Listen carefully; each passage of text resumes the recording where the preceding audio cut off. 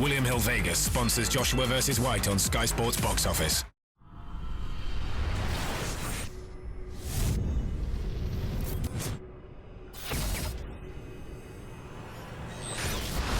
This is Kugan Cassis for Rifle TV in association with Macklin's in Marbella with the Reebok gym here in Canary Wharf for the Bad Intentions workout. With me I've got trainer Tony Sims. How are you, Tony?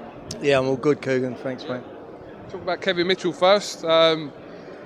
He's had a few cracks at trying to get this world title, and he's got another one. He's got ISMAEL Barroso to get past, and this ain't going to be an easy fight, Tony. Yeah. Well, let's put it right first. He's had 2 cracks at a world title.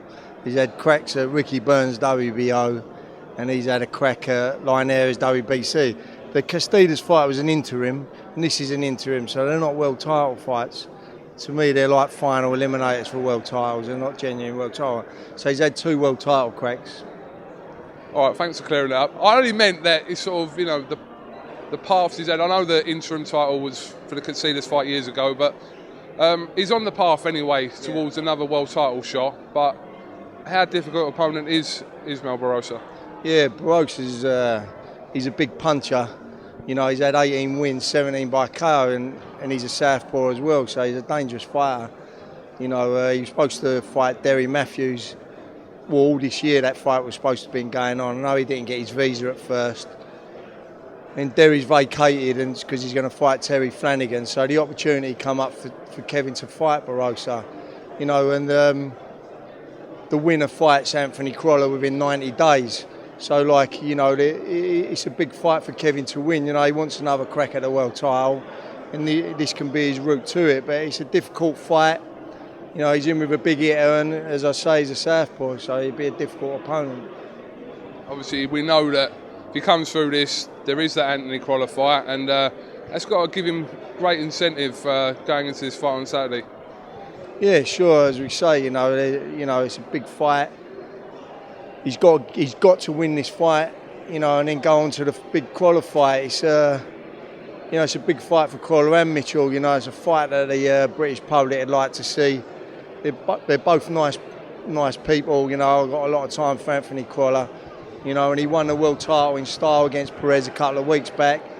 And you know, if Mitchell comes through this fight, you know, I'm sure that he'll sell any stadium out in Britain. Obviously, he had a very gruelling time in the ring with Jorge Linares, and after that, what did you think? Did you think he's still got something to offer there? Well, let's have it right. You know, he was ahead on the scorecards against Linares, who I believe is the best lightweight in the world. You know, I think he's a fantastic fighter, and I said that before Mitchell fought him. He's a great fighter, free-weight world champion. He's by far head and shoulders above everybody else at world level at lightweight. And, you know, Mitchell put him down and he's head on scorecards. Now, if the doctor steps in and stops the fight on the cup, Mitchell will be WBC champion today. And would you be asking me that question now if he was? You know, I think he's got a lot more to offer. Obviously, this is a dangerous and awkward fight for him, so he needs to be getting this fight out of the way. But, you know, he seems confident and he's trained hard. You know, he's done a lot of sparring with Luke Campbell for this fight. And, you know, he's in decent shape. But we'll have to see on the night. It's all on the night, Coop. We certainly will. Anthony Joshua headlines this event at the O2 against DILLIAN WHYTE. It's been building up for a few months now. How's Anthony been looking recently in the gym? Yeah, he's been looking good in the gym. He's in fantastic condition, you know, and as I've said all along, you know, I think he's going to be like the star of this decade. And, you know, he's fighting an unbeaten fighter who's got a win over him in the amateur days. So, you know, it's obviously a step up for Anthony and opponent-wise.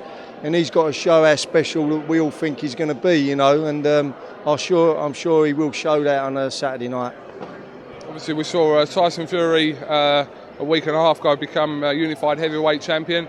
But is a fight like that at the moment too soon for Anthony Joshua? Yeah, a little bit soon, you know. As I say, DILLIAN WHYTE's a step up for Anthony and opponent-wise. And, you know, he's got to prove himself on Saturday night. We all think he's a special fighter, but he's still got to go and prove that.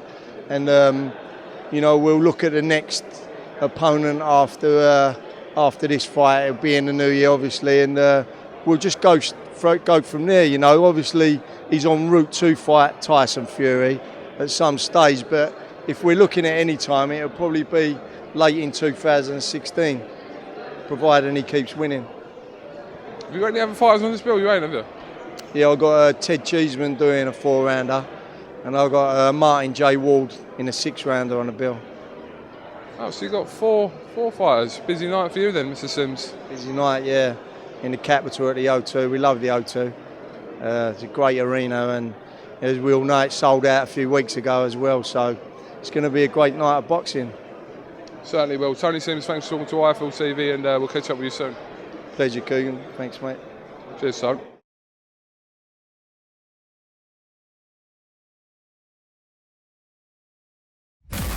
William Hill Vegas sponsors Joshua vs. White on Sky Sports Box Office.